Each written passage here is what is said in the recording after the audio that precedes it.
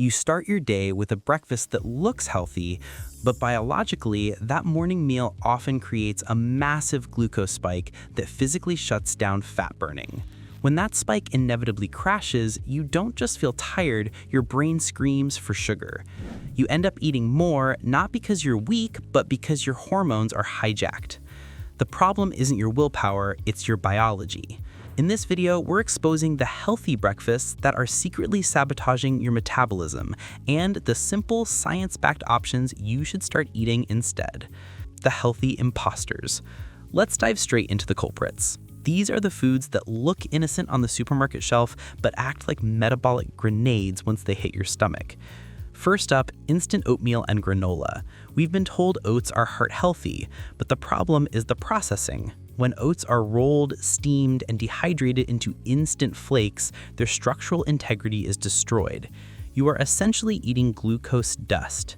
Because the fiber structure is gone, your body turns it into sugar rapidly, often spiking your blood sugar just as high as a bowl of white rice would. Next is the biggest trap of all, juices and smoothies. You might think you're getting a vitamin boost, but by blending or juicing fruit, you destroy the fiber matrix that slows down digestion. Think about it, a 12-ounce glass of orange juice without the fiber is now effectively just liquid sugar, much like a can of soda.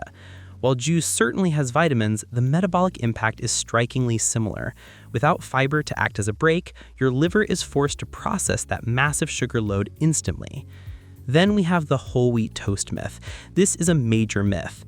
Even if it says whole grain, the flour has been pulverized into a fine powder. This creates a massive surface area for your digestive enzymes to attack.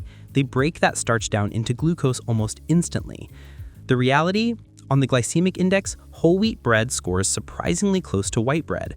While it has a tiny bit more fiber, for your blood sugar, the difference is often negligible. Finally, the toast and jam trap. This is the classic habit of having toast with jam or jelly and washing it down with sweet coffee or a glass of juice. You are hitting your body with starch from the bread, pure sugar from the jam, and liquid sugar from the drink. This creates a super spike that keeps your insulin elevated for hours. So why is this spike so dangerous?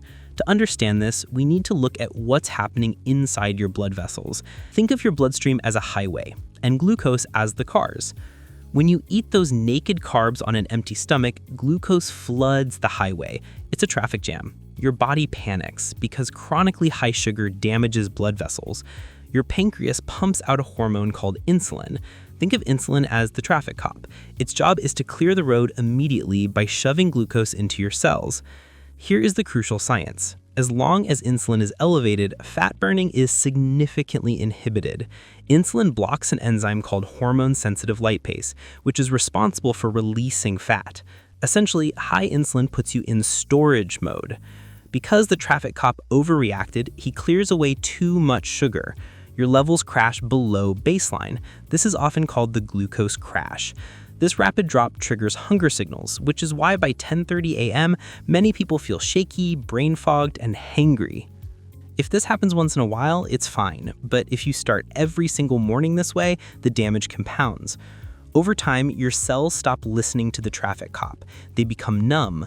This is insulin resistance. Your pancreas has to pump out even more insulin just to get the same job done, meaning you stay in that fat storage mode for longer periods. This excess glucose is often stored as visceral fat. That's the stubborn belly fat that wraps around your organs. The good news is you don't have to starve. You just need to change the mechanics of your meal. Never let your carbs run around naked. If you're going to eat carbs, clothe them. The science shows that eating fiber and veggies first, protein second, and carbs last creates a fibrous mesh in your intestine. Studies show this can slow down sugar absorption significantly, often over 30%. Stop treating breakfast like a dessert. Move towards savory options like eggs, avocados, cottage cheese, or Greek yogurt with nuts. The protein in these foods triggers satiety hormones like GLP-1 and PYY that sugar does not. You will feel full for hours. Mixing 1 tablespoon of apple cider vinegar in a tall glass of water before your meal can blunt the glucose spike. The acetic acid temporarily slows down the enzyme that turns starch into sugar. Use your muscles as a sponge. If you go for a 10-minute walk immediately after eating, your contracting muscles will absorb that glucose from your blood without needing as much insulin. It flattens the curve significantly. Weight loss isn't just about calories, it's about hormones.